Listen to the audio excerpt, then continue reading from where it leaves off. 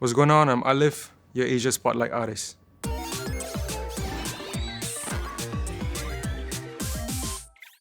I mean, starting out as a rapper, you write everything about. You rap about rapping. You rap about how good you are at rapping. So it got to a point where I was talking about that a little bit too much. I wanted to write songs that related to more people. So I would still have my stories in there somewhere.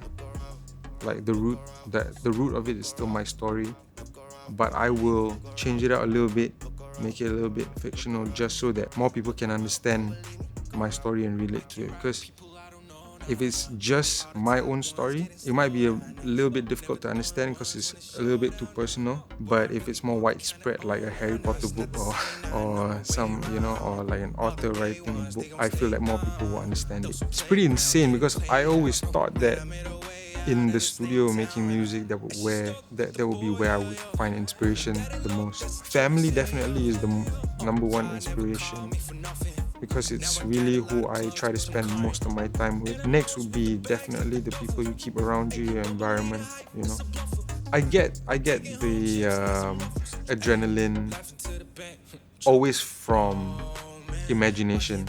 Everything is just imagination. I never know anything for sure, It's just the kid in me, and I feel that is very necessary, especially in the entertainment business. You gotta have a little bit of a kid in you at all times. So that to me is the most exciting thing. It's not even when I actually release the song, when I go to perform. That definitely is very exciting. But the most exciting thing is when I create something and I imagine, wow, like what this could be. I have this thing where I feel that I could understand emotionally and like when somebody else is going through something. So I try and stay away from sad movies or like sad events that happen that get posted all around social media. I try to avoid all that, things that anger me and all that, because I take it in really personally, and it follows me everywhere I go for a very long time. So I knew that since I was young. So now I try to stay away from it. That kind of taught me empathy and just imagining how I would react in a situation like that. I think that would give it a little bit more ground and make it feel a little bit more real. Well, I've been mostly, before creating this thing that I want to call a 3-pack, whereby I release projects of just 3 songs each.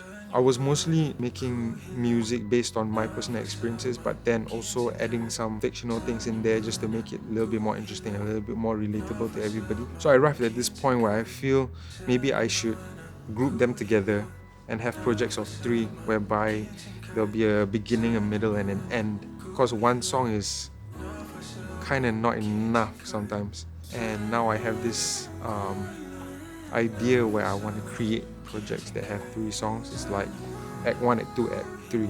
That I feel will be able to let me tell the full story from beginning to end, where it goes. Like all my songs, it comes from, like, the root of it is a real story. So the root of it was, I'm traveling alone all the time, right? So I wanted to show that feeling, translate that feeling to music. I'll be traveling in the hotel room. Then suddenly you have a show. So from the hotel room where I'm all alone, it's peace and quiet, you travel to the show and it's exciting, it's very engaging. So the energy suddenly jumps from 0 to 100. So I wrote a song about, are you listening? Is anyone listening? Somebody who's going through loneliness, somebody who's having a hard time. And then suddenly, when the person gets intoxicated, takes a whole different turn, and the energy goes up again, all the way to the top. And then at the very end of the song, when it wears off, the person goes down again. So again, it is the same vibe, the same feeling that I go through when I'm traveling and doing a show, but just a different story over. I was an extrovert, that would be a fact, because I would have so many friends from all different areas, and I would bring all of these friends together, and then they would just go and hang, sometimes even without me, and that brings me joy. But maybe in the past few years, maybe from traveling with a whole group of people for years, gradually as things got a little bit more busy, I started learning how to do it by myself, how to move by myself. At shows, when it gets ramped up, and then suddenly you're reminded again, you'll be, oh, okay, this is normal, it's comfortable for me, right? It's how I usually operate. Then it gets tiring. And when it gets tiring because you're not used to it, because you are used to having your space to breathe and all that, and then the crash would be pretty massive.